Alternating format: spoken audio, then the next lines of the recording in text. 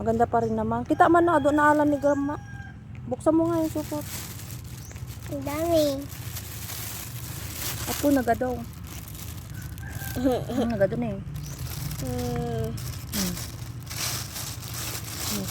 Ingiting ko si Pusita. Nagadaw buwan na. Ito po ang bugnay. Lunakin ko na lang yung buto. Oo, tapos pag tayo mo pupunta ka doon sa tabi-tabi ng bahay para kan.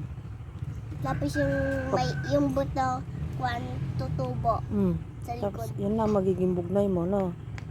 Tapos pag namunga, tatay ka ulit doon sa tabi para maraming puno.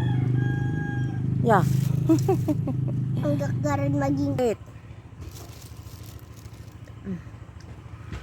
sarap na yung red.